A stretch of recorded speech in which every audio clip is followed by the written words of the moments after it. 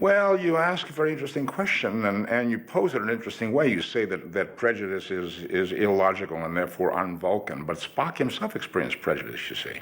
Spock grew up being half Vulcan, half human. And the history of the Spock character is very specifically and strongly built on the fact that Spock had very specific prejudicial experiences of his own. He was not perceived to be pure Vulcan by his Vulcan kid friends. So he was a kind of a half-caste. And of course, he was never accepted as human because he obviously doesn't look human. He looks Vulcan. So he can't pass as human, you see. So he understands what prejudice is all about, or at least I think he does. And yes, it's illogical, but Spock chose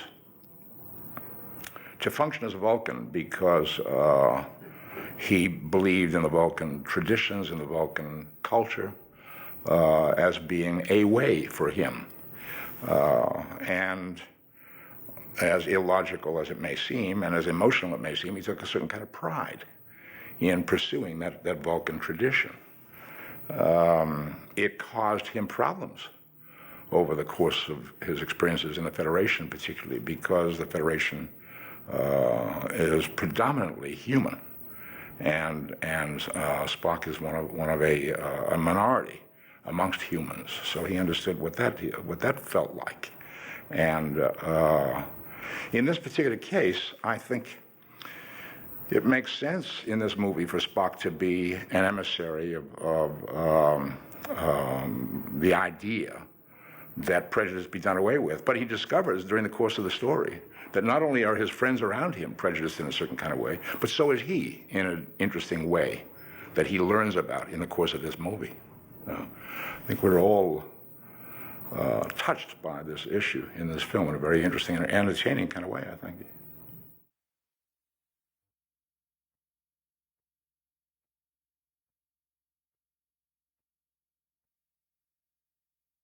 Well, I don't know. I'm not sure that that's... I think it is in the classic tradition of Star Trek. I'm not sure it's a return to the classic tradition of Star Trek. That seems to suggest that we've been away. And I'm having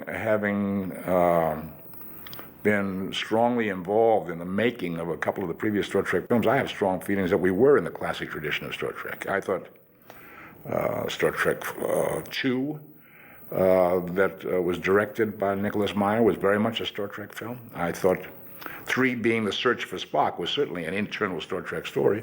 And 4, for me, was everything that I hoped it would be. It was a fun adventure, using the characters in a fun and interesting kind of way, plenty of humor, which we had done without for some time and recaptured, I think, in Star Trek IV, and very much about a contemporary condition on Earth. So I thought that was very much in the Star Trek traditions. I don't think we've really been away. Yes, I think this film is very much in the tradition of Star Trek, but not necessarily a return to. I think we've been there recently.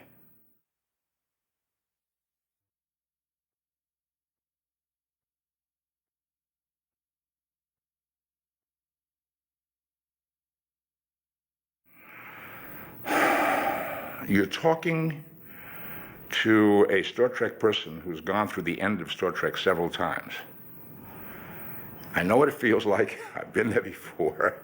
I have seen Star Trek finish for me several times before. And yes, they're saying this is the final Star Trek movie. I personally, I can't bring myself to be involved in this concept anymore. I think the intention is sincere. I think the company is saying, it's time now to hand off the baton to Star Trek: The Next Generation. And in fact, we have Michael Dorn in this film playing one of his own ancestors, so that we are beginning the hookup between Star Trek us and Star Trek them. And I think that makes a lot of sense. I was one of the ones who advocated that and suggested that we should do that. We should begin to link these two projects together, like two gigantic entities in space coming together to gradually touch and become a synthesized idea. Anyway, In 1967, at the end of the second season of Star Trek on NBC, we were canceled. And we were revived by a big letter-writing campaign. So we went into a third season. At the end of the third season, we were canceled, and we all thought that's the end of Star Trek. In 1978, they started calling us about coming together to make a Star Trek motion picture, a motion picture. We did that. And I thought, well, then that's the end of Star Trek. And then in 72, they asked me to come to do one more film and to die as Spock. And we did. Spock died. And it was not a game we were playing. We were very sincere about it. So I said goodbye to Star Trek again. I've said goodbye several times. And I'll say goodbye again, and then we'll see if the phone rings. That's okay. I've learned to be comfortable with whatever comes of this. We've had an incredible ride, 25 years, 3 years of primetime television, and now 6 motion pictures, and spawned The Next Generation. I think we've had an incredible ride with this idea, with this project, and whichever way it goes, I'm ready for it.